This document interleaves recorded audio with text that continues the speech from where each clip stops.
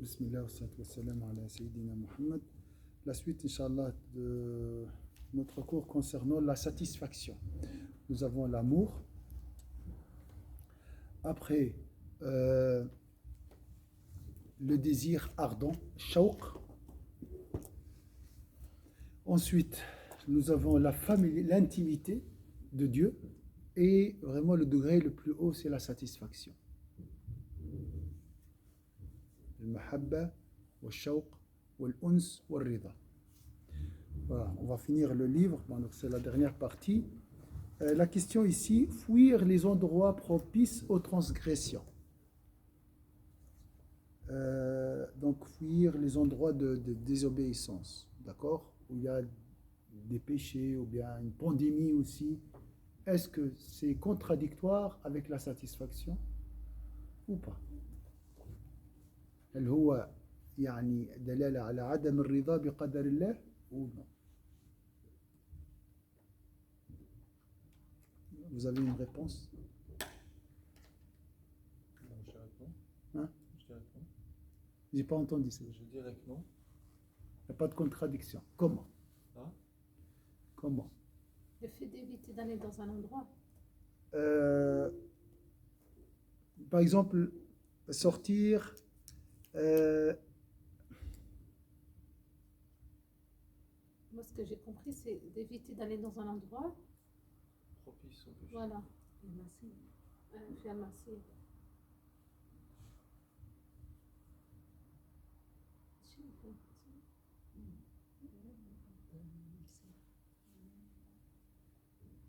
Est-ce qu'on a le droit de fuir un pays touché par une pandémie? Tout d'abord, ça c'est dans la religion. Je pense que oui. Ça, c'est pas la même chose. Oui, c'est pas la même chose, exactement. C'est pas la même chose. C'est comme fuir quand il y a une guerre. Non, il me semble que Donc c'est interdit de sortir d'un pays touché par Sinon, une pandémie. on peut contagier. Est-ce que c'est permis d'entrer dans un pays touché? C'est interdit aussi. Mais là, par exemple, avec le Covid, c'est-à-dire si tu es sorti du pays, c'est péché. Normalement, c'est interdit. Mais c'est pas nous qui décident, c'est les entreprises. Hein. Normalement, c'est interdit. Ah oui, non, mais je dis d'un point de vue religieux. Mais il Oui. ne parle pas des gens qui sont Religieux, malades. oui, c'est Avec le interdit. Covid, tu ne devrais pas sortir du pays. Normalement, on ne doit pas sortir.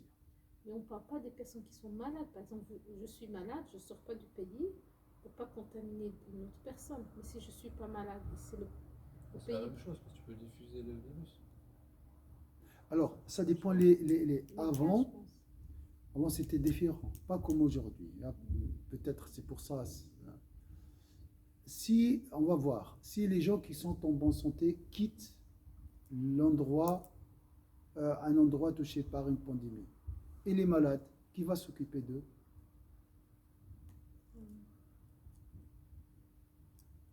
Donc, ça c'est... Et voilà, pour aussi limiter, on voit maintenant les variantes. Les variantes, c'est à cause du déplacement aussi. Hein.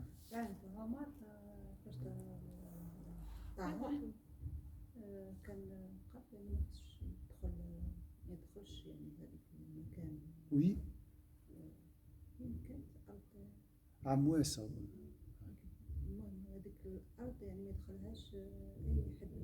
Oui, oui. الحجر الصحي, c'est Oui, c'est l'État qui a imposé à l'époque de Sayyidina Omar, il a interdit aux gens d'entrer dans un pays touché Et ça, c'est parmi les miracles scientifiques du prophète sallallahu alayhi wa sallam aussi. Hein? Voilà, et ça dépend de la situation aussi. On arrive maintenant mieux à maîtriser, mais je pense pas. Je pense pas. Si c'était vraiment très strict pendant 6 mois, je pense on arrive vraiment à... Mais c'est très difficile, il y a l'économie. Oui, pas comme avant. Avant, tu peux rester chez toi, tu as tes brebis avec tes potager, tu peux survivre tout seul. Et maintenant, tout est lié à des entreprises. C'est compliqué. Ouais, Déjà, le Covid, il est dû à cette surconsumérisme. On a trop exploité la nature. On a stressé les animaux et tout ça. Voilà. C'est à cause de ça. On est dans un système capitaliste sauvage. Voilà, voilà les conséquences. Et c'est la nature qui nous a arrêtés. Hein? Un chauve-souris qui a arrêté tout. Bon. Il y a aussi plusieurs explications ici. Wallahu a'lam. Subhanallah.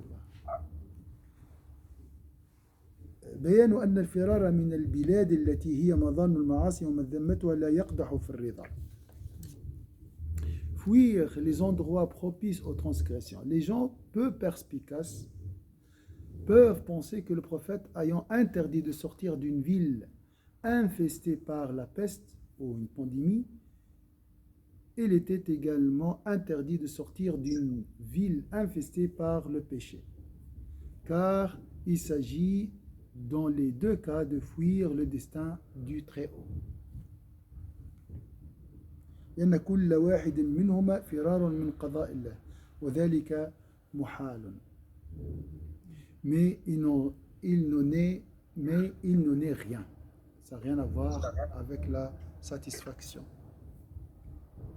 وذلك بل العلة في النهي عن مفارقة البلد بعد ظهور الطاعون أنه لو فتح هذا الباب لارتحل عنه الأصحاء وبقي فيه المرضى مهملين لا متعهد لهم فيهلكون هزالا وضرا. La raison pour laquelle le prophète a interdit de fuir la peste, bien sûr, ça c'est l'interprétation de l'imam, hein, ça c'est aussi, ça peut être une raison, mais la raison elle est connue maintenant, c'est éviter la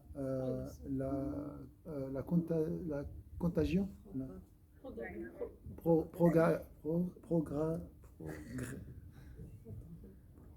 propagation de la maladie. Mais ils n'en ont rien. La raison pour laquelle le prophète a interdit de fuir la peste est que si les gens bien portants sortaient et abandonnaient les malades, il ne restait personne pour soigner ces derniers. Ça aussi, c'est une raison. Ils mourraient donc d'inanition en plus de leurs maux. ولذلك شبه رسول الله صلى الله عليه وسلم في بعض الأخبار بالفرار من الزحف ولو كان ذلك للفرار من القضاء لما أذن لمن قارب البلدة في الانصراف وقد ذكرنا حكم ذلك في باب التوكل. C'est pourquoi l'envoyé de Dieu a comparé cela dans certaines traditions à la fuite d'une invasion, donc d'une guerre. D'accord, ce qui c'est un grand péché. S'il y a des oppresseurs qui attaquent un pays et les soldats ou bien l'armée fuient la terre de bataille, ça c'est considéré comme un grand péché, parmi les grands péchés. Il faut résister. Il ne faut jamais fuir la terre de la bataille. Et s'il s'agissait de fuir le décret, et n'aurait pas autorisé les gens habitant à l'entourage de quitter les lieux. Nous avons fait le point sur cette question dans le livre sur la confiance en Dieu. وإذا عرف المعنى ظهر أن الفرار من البلاد التي هي مظان المعاصي ليس فرارا من القضاء بل من القضاء الفرار مما لا بد من الفرار منه. On a un bel exemple de l'histoire de Sidna Lot. Hein. Voilà, il a quitté la terre de... Voilà. D'accord. Après plusieurs Donc fuir la terre pleine de péchés, une société ou bien une terre, oui, parce qu'ils ont comparé la terre où les gens commettent des péchés à une terre de salam alaikum, à une terre touchée par une pandémie. Mais c'est pas la même chose. Hein? C'est pas la même chose. Ici, on doit fuir, bien sûr, un endroit où les gens commettent des péchés. Moi, je ne dois pas rester. Hein, ça, c'est clair. Hein, on est d'accord. Mais les gens font des péchés partout. Oui, mais vraiment un endroit pour les péchés. On parle ici d'un endroit où il n'y a que des péchés. Ouais, donc une boîte de nuit. Donc, je ne dois pas être à cet endroit. Ça, c'est clair.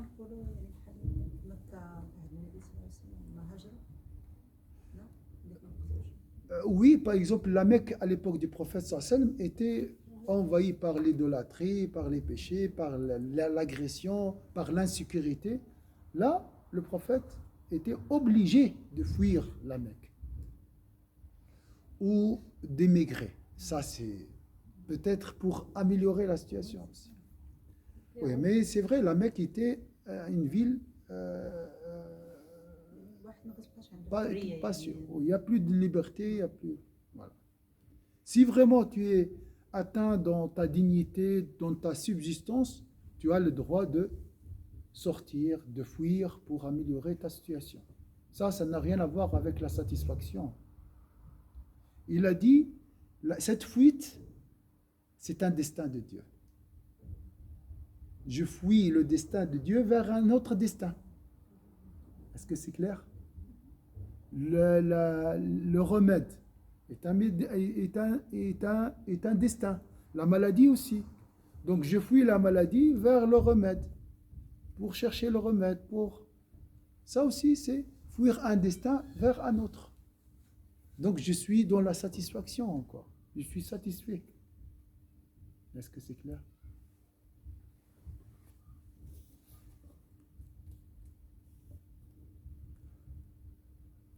Au demeurant, on comprend que fuir un lieu où la transgression abonde ne revient pas à fuir le décret.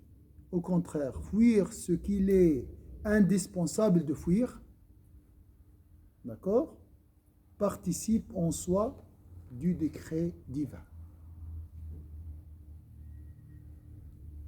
Est-ce que c'est clair? Je répète, hein. Au contraire, fuir ce qu'il est indispensable de fuir. On doit fuir les péchés. On est d'accord. On ne doit pas rester à côté de quelqu'un. Hein? Un appel? Alors, je vais voir.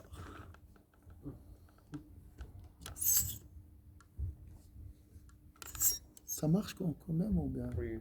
Hein? Là, ça n'a pas coupé la vidéo. Alors c'est bon, on va continuer. Mais vous êtes filmé, hein? Oui. Souriez. Comme ça. Ça va comme ça? C'est bon, c'est bon. C'est bon. Salam alaikum, mashallah, il a grandi, mashallah. Mashallah. Donc je dois fuir celui qui fait un péché. Je ne dois pas rester à côté de lui. D'accord? Et je dois aller à côté de quelqu'un qui prie ou bien qui adore Dieu. On est d'accord? D'accord? Il y a bien les raisons aussi, parce qu'on dit toujours Maasi. on peut être atteint, même si on n'a pas voulu, si on n'avait pas l'intention, il faut éviter avant que la chose se Exactement. Les racines de bien sont au nombre de deux. Les racines de bien comme du mal aussi sont au nombre de deux. La bonne fréquentation et la nourriture halal, la nourriture licite. Donc les racines du mal, c'est quoi? La mauvaise fréquentation et la nourriture haram. La fréquentation, elle est très très dangereuse. Maintenant, il y a la fréquentation réelle, physique, et pire encore, la fréquentation virtuelle. Ça, c'est fictif. C'est fictif, mais c'est réel. L'âme, elle est là. Si tu vois quelqu'un en train de faire un péché, c'est comme s'il est devant toi. Et je pense des fois que c'est le virtuel a plus d'impact que le réel. Vous êtes d'accord? Avec les effets spéciaux, avec les pixels, oh là là, avec la lumière et tout. Subhanallah. Déjà dans un film, dans dans une salle de cinéma, tu pleures alors que c'est pas vrai. Donc l'image a plus d'impact que la réalité. Le reflet, des fois, a plus d'impact que l'image originale. Et puis les gens, ils se conduisent pire par le virtuel. Hein? Les gens, ils sont pires par le virtuel. Oui, il n'y a pas Des de... études, ils ont montré qu'il y en a, comme par exemple au volant d'une voiture, les gens ils sont beaucoup plus agressifs. Et justement, il y a des gens qui sont capables de souhaiter la mort à quelqu'un par les réseaux, juste pour une bête histoire qu'il a dit quelque chose qui ne lui plaisait pas. Comme il y a plein de sportifs, des acteurs qui disent qu'ils ont des haters, ça s'appelle. Il y a des gens qui leur souhaitent la mort, qui leur souhaitent à la famille et tout. Vraiment, puis ça peut être bêtement l'équipe de Marseille qui a battu celle de Paris, il y a tous les Parisiens qui vont insulter les joueurs de Marseille. Donc il n'y a pas le Il n'y a pas le filtre. Il y a pas le Justement, filtre. en face, il ne parlera pas comme ça. Justement. Exactement. Là, ils ne se rendent même pas compte, justement. Je veux dire, c'est plus difficile d'insulter quelqu'un qui pleure en devant soi que quelqu'un qui est derrière un écran qu'on ne voit pas. Subhanallah. Donc, attention à cette fréquentation. Vraiment. Consacrez plus de temps pour les mariés, à vos enfants. On a beaucoup de temps. C'est pas vrai. On a du temps pour adorer Dieu, pour apprendre le Coran, pour lire. Si tu arrêtes le natel, tu vas trouver beaucoup de temps. Il y a beaucoup des études qui disent que les réseaux sociaux causent la dépression. Parce qu'on compare nous-mêmes aux autres gens. Oui. Et voilà. Et toujours, c'est pas la vie réelle, c'est pas la vie. Il y a des gens qui croient que tout est beau, tout est magnifique sur les réseaux, mais ils sont obligés de dire, mais c'est pas possible. Oui, Quoi. oui. C'est tellement faux, quoi. C'est tellement les gens donnent. Imagine. Et même si c'est réel, je suis incapable d'assimiler toutes les réalités qui existent. Je sais qu'il y a des gens qui sont très riches, mais je ne sais pas combien ils gagnent. Et tant mieux. Comme ça, je ne suis pas... De toute façon, en règle générale, c'est faux, parce que quelqu'un qui est vraiment riche, il va peut-être le montrer, parce que ça va attirer de la jalousie, il le sait très bien. Ça va attirer l'envie aux gens. C'est pareil, en fait, si on a vraiment une belle vie, on ne va pas trop la montrer, parce que ça va amener des ennemis, en fait. Voilà. Normalement. Puis en règle générale, c'est les gens, ils s'inventent une vie, alors qu'en vrai, comme il y a des images, justement, qu'ils ont fait, qu'une, elle fait style... elle fait un selfie, genre elle est à la plage et tout, puis après il y a la photo de loin avec le natel, en fait elle est dans le jardin en débuissant en train de prendre une photo. Pour dire que Oui, aussi comme pourquoi cette dépression? Parce qu'on montre sur les réseaux que tout ce qui est beau. On ne montre pas ou on montre vraiment la laideur pour choquer. Donc on est dans les extrêmes, mais ça mène à la dépression. Donc il faut éviter cette fréquentation, franchement. Ma femme m'a dit, regarde cette femme avec sa fille, qu'est-ce qu'elle a? Je dis, je ne veux pas voir. Il m'a dit, c'est la réalité, je ne veux pas la voir. Est-ce que je suis obligé de voir toute la réalité? Non, on sait Même si c'est réalité, je ne veux pas le voir. Je suis faible, mon cœur il est sensible, je ne veux pas voir ça. Mais à quoi ça sert de voir tout ça? Et à quoi ça? Je sais qu'il y a du mal dans le monde. Je sais qu'il y a Iblis, mais je ne vois pas Iblis, alhamdoulilah. Je ne veux pas le voir aussi. C'est réel, c'est une réalité, Iblis. Mais je ne cherche pas à le voir. Parce qu'il va me faire du mal. J'ai une question. Si tu te rapproches de Dieu, tu vas forcément voir Iblis. Oui, mais je suis là, je suis capable tous les à prophètes, le ils voir. ont vu. Oui, mais là, j'ai la capacité. J'ai un cœur pas comme maintenant. Mais ce que je veux dire, au fur et à mesure que tu vas monter en degré, ton cœur il devra se renforcer au mal, non? Oui, bien sûr. Parce que tu seras de plus en plus Bien confronté sûr. à Ça, la laideur du monde. mais maintenant, non. Je ne suis pas prêt. Maintenant, non. Mais c'est une responsabilité aussi après. Si je vois le mal, je suis responsable de le changer. Hein. Ah oui, c'est ça. C'est pas vraiment d'un plaisir. Hein. C'est pas de la curiosité. Voilà. Non, non. Tu as vu, tu dois changer. Mais j'ai les moyens aussi, parce que j'ai un niveau, pour le changer. J'aurai, Inch'Allah. Est-ce qu'on est dans le devoir, en tant que croyant musulman pratiquant, quand il y a le mal, d'intervenir? Alors, si je suis capable, oui. Si je suis faible, je dois fuir le mal. Il y a 3 catégories. Voilà. Qalb, Voilà. jawarih, Il y a le changement de blâmable avec la main. Et ça, c'est pour l'État. Le pouvoir de l'État. C'est pas nous. On ne doit pas changer, nous, avec la force. Hein, d'accord? Après, il y a le changement, tu peux changer avec la parole. Ou avec des messages, avec des articles et tout. Après, si vraiment je suis faible et je n'arrive pas même à dire à quelqu'un, ça c'est mauvais, il y a le changement avec le cœur. Je rejette l'action avec le cœur. C'est blâmable avec le cœur. C'est tout. Mais je ne dois jamais accepter le blâmable. Jamais. Ouais, dire que c'est normal. Non, c'est normal. Ouais. C'est comme ça. Non, jamais.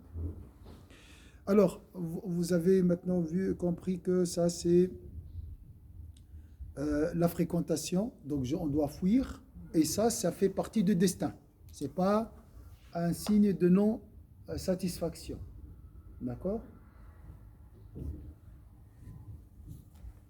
وكذلك مذمة المواضع التي تدعو إلى المعاصي والأسباب التي تدعو إليها لأجل التنفير على المعصية ليست مذمومة. Et pourquoi aussi je dois fuir un endroit où les gens commettent les péchés? Pour inciter les gens à le fuir. D'accord?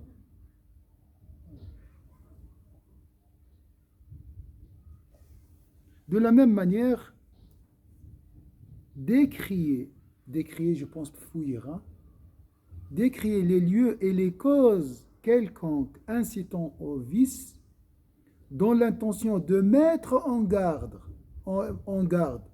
contre les transgressions, n'a rien de condamnable. Donc quand tu entres sur un site interdit, tu vas encourager les gens à entrer.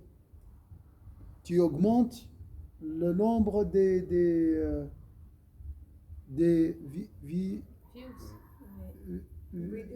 vues. Donc, sur Google, ce site va occuper un rang très haut. Donc, tu es en train d'encourager les transgressions. Fuir les endroits de péché va mettre en garde les gens contre ces lieux de transgression. Donc c'est une adoration. Et ce n'est pas contradictoire avec la satisfaction de Dieu. Ce n'est pas parce que je ne suis pas satisfait. Je suis satisfait que Dieu a décrété qu'il y aura des lieux pour prier et des lieux pour faire des transgressions. C'est le décret de Dieu à la fin. Je suis satisfait ici. Mais je dois fuir aussi parce que c'est l'ordre de Dieu.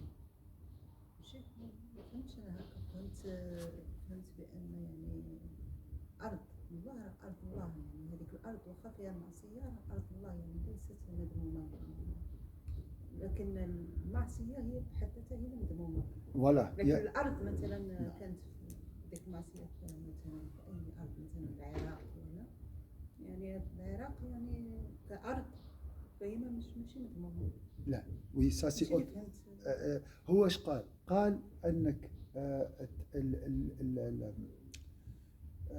لما تفر من الارض حتى تشعر الناس بان هذه ارض محرمه والمعصيه يعني مذمومه. مش تشجع بقائك فيها هو تشجيع للناس. Bien sûr, la terre elle-même elle est innocente. La terre elle est neutre. Après, l'action, c'est elle qui est blâmable. Ce n'est pas la terre qui est elle-même qui est blâmable. D'accord? Mais elle ne sera pas vue comme ça. Hein? Elle ne sera pas vue de cette manière-là. Oui, il faut faire pas la part des choses. Hein, faut toujours. La personne qui fait un péché, la personne elle-même, il est honoré par Allah Azza wa Jal. C'est le péché qui est blâmé. Donc, toujours, on doit faire la part des choses. On ne doit pas détester la personne en tant que personne. On doit étudier le péché qu'il a fait. Parce qu'après, il peut faire du bien, il peut même être mieux que moi. Jamais tu juges une personne par son action. Jamais. Tu dis, c'est l'action n'est pas bonne, mais la personne, elle est bonne. D'accord? فما زال السلف الصالح يعتدون ذلك حتى اتفق جماعة على ذم بغداد وإظهارهم ذلك وطلب الفرار منها فقد قال ابن المبارك قد طفت الشرق والغرب فما رأيت بلدا شرا من بغداد قيل وكيف قال هو بلد تزدر فيه نعمة الله وتستصغر فيه معصية الله. Voilà. Il va donner un exemple, mais ça c'est lié à une époque. Il ne faut pas donner des jugements comme ça. Bon, vous allez entendre des choses, mais ça, c'est lié à son époque surtout. Nos vertueux prédécesseurs n'ont eu de cesse de combattre en ce sens. Comment? C'est si vrai qu'à une époque, un groupe d'entre eux avait annoncé d'un commun accord la nécessité de fuir Bagdad. Bagdad, c'est le capital de l'Irak, aujourd'hui. Ibn al-Mubarak avait dit, pourquoi il a dit ça? Il a dit, il faut fuir l'Irak, il ne faut pas entrer dans ce pays. Parce qu'il y a des péchés. Mais quel péché? Ibn al-Mubarak avait dit, en ce sens, j'ai parcouru la terre d'est en ouest, et je n'ai vu de ville plus détestable que Bagdad. Pourquoi? La terre? Non, c'est pas la terre. C'est un joli pays, l'Irak. Comme on lui a demandé la raison, il répondit, c'est une ville où les gens dédaignent les bienfaits de Dieu. C'est ça le péché. On a entendu quelque chose de grave, mais ça c'est grave aussi. Pour lui, pour Mubarak qui est très sensible au péché, il a dit, les gens en Irak à l'époque, bien sûr, pas aujourd'hui. Aujourd'hui c'est dans le monde entier, subhanallah. Les gens dédaignent les bienfaits de Dieu. Ça veut dire quoi dédaignent les bienfaits de Dieu? Ils oublient, ils ignorent. Négligent. La santé, c'est banal. L'argent, c'est banal. La sécurité, c'est banal. La vie, et alors? C'est pas. Parce qu'ils avaient tout. Ils avaient tout, peut-être. Cheikh, en arabe, transgression, c'est Ma'asiyah. Ma'asiyah. Et prennent à la légère les transgressions. Donc, ils dédaignent les bienfaits et prennent à la légère les transgressions. Donc, il faut fuir cet endroit. Mais bien sûr, ce n'est pas vraiment un endroit en Bagdad. Si je peux dire, là, le problème est généralisé. Et il a dit ça, c'est par unanimité entre les ulama. Donc encore.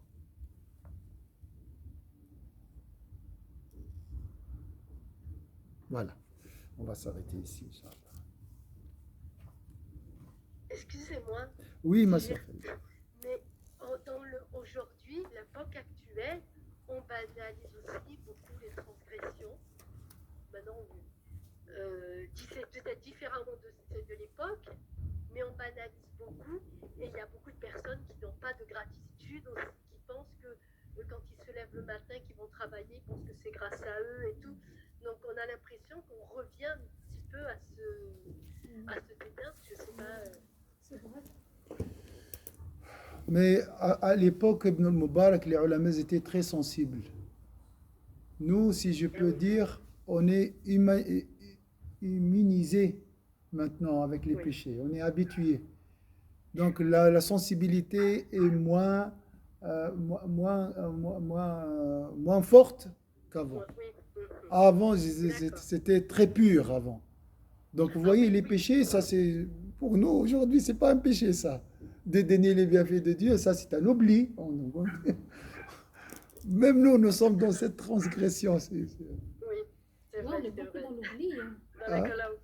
Voilà. On retrouve l'oubli. Mais on va fuir où, ma soeur Farida? Il y a pas de c'est partout maintenant. C'est partout. On se réfugie auprès d'Allah. Voilà, exactement. Parce que C'est la vie, même. On doit fuir vers Allah. Ouais, C'est c'est ça. Ouais. Et Allah, il est partout. Ouais. Alhamdulillah. Ça va, Bien Mais dit. je pense que c'est pour ça, peut-être parce qu'on a tellement oublié, je pense, les bienfaits d'Allah, Ouais. que tout ce qui nous arrive aujourd'hui, c'est un retour à lui. Oui, oui, Je pense que c'est pour se retourner vers lui. Pour exactement. prendre conscience, c'est la conscience qui. C'est un rappel, Alex. Je pense que. Voilà, il faut qu'on se retourne à lui. Barakallahu fik. Ça, c'est Fikou barakat. exactement. Ça, c'est l'objectif. لعلهم يرجعون. ظهر الفساد في البر والبحر بما كسبت أيدي الناس ليذيقهم بعض الذي عملوا لعلهم يرجعون. C'est pour retourner, comme tu as dit. Cette pandémie, c'est clair. C'est un rappel aux gens. Aux gens, retournez vers moi. C'est clair. Et il y a beaucoup d'alamat aussi on peut ressentir, c'est que quand on n'est pas dans le bien, on s'éloigne d'Allah subhanahu wa ta'ala, on ne se sent pas bien. Et on peut tomber dans la dépression, on peut tomber Oui, dans les péchés, etc. oui. Pour moi, je vois ça comme des alamat de se réveiller, de chercher ce qui va nous procurer le bien et qui est l'essentiel, qui est l'amour et l'adoration d'Allah subhanahu wa ta'ala. Exactement, exactement. Alhamdulillah. Donc, d'un côté, cette pandémie, cette épreuve est une grâce de Dieu. Ce qu'on peut retrouver, c'est que les non-croyants, il y en a plein qui se sont suicidés pendant l'épidémie, la pandémie. Et beaucoup de non-croyants se sont convertis à la religion. Et beaucoup des religieux, ils ont perfectionné, leur foi est améliorée, etc. Il y a du tout. Mais en général, alhamdulillah, il y a une conscience quand même. Il y a une prise de conscience. Alhamdulillah. Dans tous les niveaux, subhanallah, soit religieux ou non religieux. Au moins, on a réfléchi. Avant, on est emporté par la vie. Je disais aussi pendant l'épidémie, la pandémie, subhanallah, on a eu un arrêt de tout. Oui.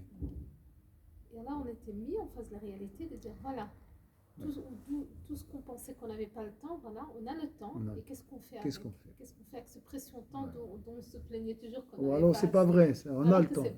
C'est pas question du temps. Subhanallah, c'est vrai. Et hier, un frère, il m'a parlé d'un bienfait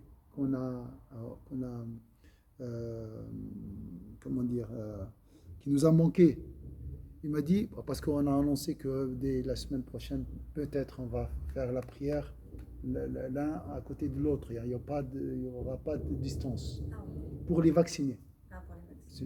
Alors, il m'a dit, c'est la première fois qu'on va toucher des épaules. C'est un grand bienfait de Dieu. Ça fait 2 ans, il m'a dit, non, on n'a pas vu vivre ça. La prière l'un à côté de l'autre. C'est magnifique. Ça regarde un bienfait. On n'a jamais pensé avant. Ah oui, on n'a jamais pensé qu'un jour Avant le Covid. Oui. C'est Allah qui décide. Alors, ma sœur Farida, on va faire une démonstration. Ça sera, Inch'Allah, enregistré. Tu vas trouver l'enregistrement, Inch'Allah, pour les petites ablutions, dès le début jusqu'à la fin. Et on va distinguer les actions obligatoires, les sunnahs et les actions méritoires. Al-wajibat, wal-sunan, wal-fada'il. On a vu ça dans le cours le mercredi. Mercredi. Donc, si vous avez encore le texte, comme ça vous pouvez suivre et vous pouvez aussi me corriger, Inch'Allah. Vous me dites, non, là, tu as oublié une action méritoire. D'accord? Des fois, je vais faire exprès aussi. D'accord? Alors, tu vas trouver l'enregistrement parce qu'avec le Zoom, oui, mais on peut faire. Il n'y a pas de souci. Alors, je vais porter avec moi je ne sais pas s'il y a le Wi-Fi dans la salle des ablutions. Non. Je sais pas. Non, je ne pense pas. C'est pas grave, si c'est enregistré, je regarderai, il n'y a pas de souci. Inch'Allah. Barakallahu fik, Inch'Allah. Shukran. Salam alaikum. C'est un peu compliqué avec le... Alors, je vais chercher juste 5 minutes, donnez-moi juste pour chercher un récipient. Et comme ça, je vous encourage à avoir un récipient pour les ablutions chez vous aussi. Vous allez savoir pourquoi cette... Ah oui, j'arrête.